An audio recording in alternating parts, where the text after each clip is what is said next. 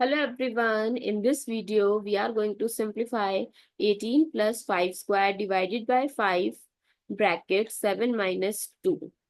So if you are new to my channel, please subscribe it. So there are multiple operations given, that is addition, square, division, bracket, subtraction. So it's very confusing from where to start.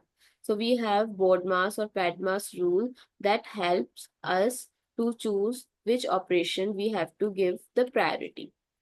So it says that if you have bracket, solve the bracket first, then off, then division, multiplication, addition, and then subtraction.